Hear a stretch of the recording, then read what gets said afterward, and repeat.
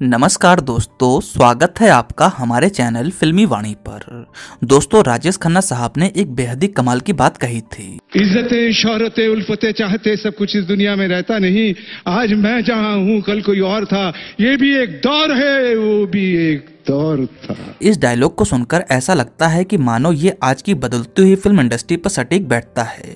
जैसा कि आप जानते हैं कि पिछले कई सालों से रीजनल फिल्में कामयाबी की सीढ़ियां चढ़ती जा रही हैं। हाल का ही एग्जांपल ले अगर तो एक तेलुगु फिल्म ने ऑल ओवर इंडिया में 70 करोड़ की कमाई करी। वहीं रिसेंटली बॉलीवुड की ब्लॉकबस्टर फिल्म अपने पहले दिन पर मात्र 40 करोड़ की कमाई कर पाई थी, जबकि फिल्म में अजय देवगन, अक्षय कुमार और रणवीर सिंह जैसे स्टार्स का जमावड़ा लगा हुआ था। प्रेजेंट सिचुएशन की बात करें तो बॉलीवुड को लेकर ऑडियंस में कोई एक्साइटमेंट ही देखने को नहीं मिलता। साउथ इंडस्ट्रीज का वर्चस्व पूरी तरह से बढ़ चुका है और इसमें कोई दोहराए भी नहीं है कि वे अपने बेहतरीन काम करके और अपने दम पर ही यहाँ तक पहुंचे हैं। रीजनल इंडस्ट्रियों ने खुद पर काम कर करके खुद को इतना आगे कर लिया है कि बॉलीवुड साफ तौर पर पीछे होता हुआ नजर आ रहा है। पैन इंडिया की बात करें तो फिल्में ही नहीं, साउथ स्टार्स की छवि भी इतनी अच्छी बन चुकी है, उनका नेचर इतना हम्बल है कि लिटरली ऑडियंस की तरफ से उन्हें पूरी तरह से एक्सेप्टेंस मिल चुकी है। हालिया एग्जांपल आपके सामने है।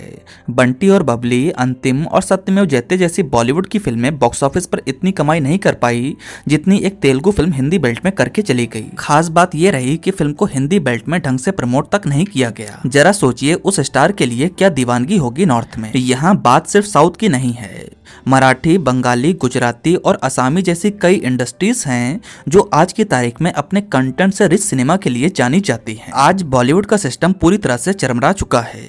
यहाँ के स्टार्स को यहीं के लोग पसंद नहीं कर रहे।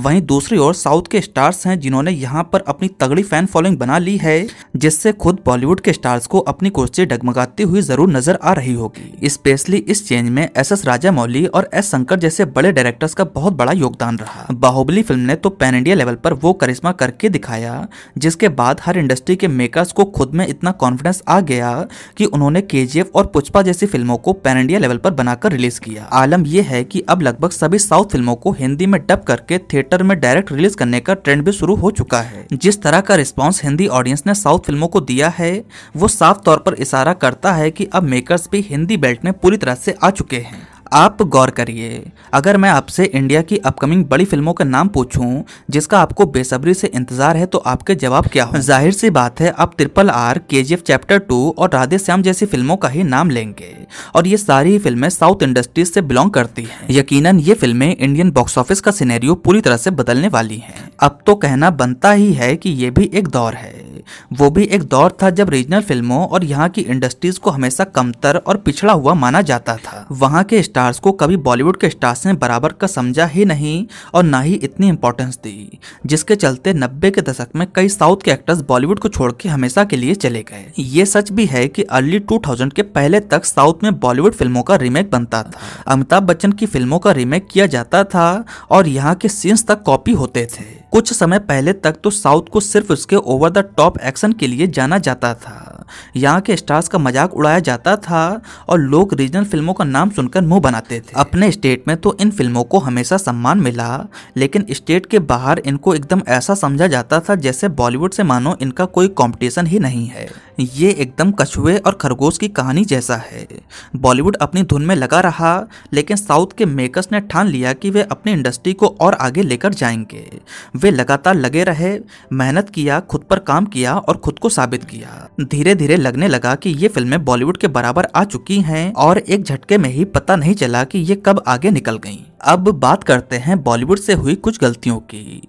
बॉलीवुड जो एक समय तक इंटरनेशनल स्तर पर इंडियन सिनेमा को रिप्रेजेंट करता था, उसकी पूरी मोनोपोली थी और उस समय तक दूसरी इंडस्ट्रीज को किसी भी तरह की तवज्जो नहीं दी जाती थी। ये दौर है अर्ली 2000 का, जहां सच में अच्छी फिल्में बन रही थीं, लेकिन अर्ली 2000 के बाद बॉलीवुड की फिल्मों में हॉलीवुड की फिल्मों की झलक साफ तौर पर देखी जाने लगी।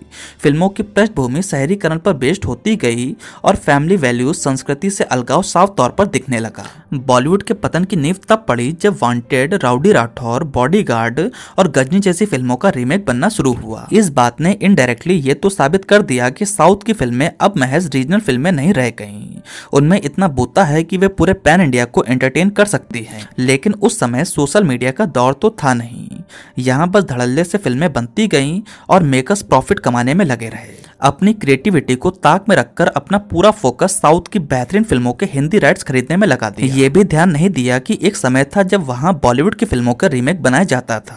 ये पर्दे तब और खुलने लगी जब जियो ने अपने पैर पसारने शुरू कर दिए। ये छुपाना मुश्किल होता गया कि ये एक रीमेक फिल्म है। ऊपर से एसएसआर की सडन डेथ ने यहाँ के प्रति इतना नफरत घोल दिया कि बॉलीवुड की छवि पूरी तरह से धूमिल हो गई। उसके बाद ड्रग्स केस, अपनी ही फिल्मों में देश विरोधी बातें और एक निश्चित एजेंडा के तहत बनती फिल्मों ने लोगों की आंखें खोल दी। बॉलीवुड के पतन का ग्राफ सिर्फ नीचे गिरता गया। एक्टर्स का रूड एंड एग्रेसिव बिहेवियर भी सबके सामने आया और आज वो दौर आ चुका है कि जब कोई यहाँ की फिल्मों को देखना ही पसंद नहीं करता। इसमें सबसे बड़ा कारण ये भी रहा कि ज्यादातर फिल्मों में कंटेंट का ना होना। अब जानते हैं साउथ इंडस्ट्रीज ने ऐसा क्या किया, वे क्या रीजन रहे कि आज लोग वहाँ की फिल्मों के लिए दीवाने हैं। एक टाइम पर लोग साउथ की फिल्मों का और वहाँ के एक्टर्स का मजाक बनाते थे, लेकिन वहाँ के मेकर्स के बड़े विजन ने इन इंडस्ट्रीज को इस मुकाम पर लाकर खड़ा कर दिया है। मेकर्स ने पहले तो दर्शकों को अपने कल्चर और संस्कृति से दूर होने नहीं दिया। सबसे पहले अपने क्षेत्र में मजबूत पकड़ बनाई। स्पेशली अर्ली 2000 के बाद एस शंकर, एस राजामौली और AR मुरुगदास जैसे कई डायरेक्टर्स ने वो कमान संभाली जिन्होंने इन फिल्मों को पैन लेवल पर किसी भी तरह से कम होने नहीं दिया।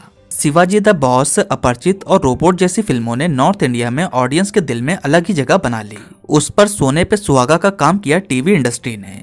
यकीनन टीवी इंडस्ट्री पर साउथ की हिंदी डब फिल्मों को जो दिखाने का ट्रेंड शुरू हुआ, वहीं से साउथ फिल्मों के एक्सपेंडेशन का काम भी जारी हो गया। इंदिरा द टाइगर, मेरी जंग, वन मैन आर्मी और दिलेर जैसी फिल्मों ने लोगों के मन में साउथ फिल्मों का चस्का लगा दिया। इन फिल्मों को तगड़ी TRP मिलती और उसी के साथ साउथ एक्टर्स को एक्सेप्टेंस मिलना शुरू हो गया।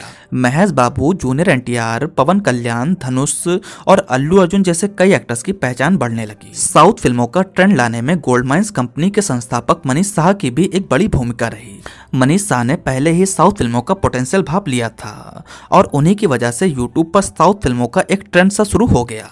ऑडियंस को मसाला फिल्मों के साथ साथ कंटेंट से रिच फिल्में भी देखने को मिलने लगी। उस पर SS राजामौली के मास्टर स्ट्रोक ने तो साउथ प्रोड्यूसर्स की आंखें खोलने का काम कर दिया। बाहुबली फिल्म की अपार सफलता ने दूसरी इंडस्ट्री और वहां के मेकर्स को बेहतर संभावनाओं से रूबरू करवाया। लोगों ने हिम्मत करके हिंदी बेल्ट में अपनी फिल्में उतारनी शुरू कर दी। KGF और पुष्पा ने नए नए कीर्तिमान स्थापित करे। Story, screen play, cinematography, technology, BGM और VFX जैसे हर डिपार्टमेंट पर बेहतरीन काम होने लगा। ऊपर से यहाँ के एक्टर्स के हम्बल नेचर और उनकी सिंप्लिसिटी ने लोगों की नजरों में उन्हें हीरो बना दिया। अब इन साउथ एक्टर्स का फैन बेस बॉलीवुड के एक्टर्स से कम बिल्कुल भी नहीं है। इन्हीं सब फैक्टर्स ने मिलकर साउथ फिल्मों को बॉलीवुड के आगे लाकर खड़ा कर दिया। तो दोस्तों, ये रहा आज का हमारा एक स्पेशल वीडियो। आपको हमारा ये वीडियो कैसा लगा आप नीचे कमेंट सेक्शन में बता सकते हैं। साथ ही साथ नेक्स्ट अब आप किस टॉपिक पर वीडियो देखना चाहते हैं ये भी नीचे कमेंट सेक्शन में ज़रूर बताएं। अगर आपको हमारा वीडियो पसंद आया हो तो प्लीज़ लाइक करें, कमेंट करें और मेरे चैनल को सब्सक्राइब करें। आपका बहुत बहुत धन्यवाद।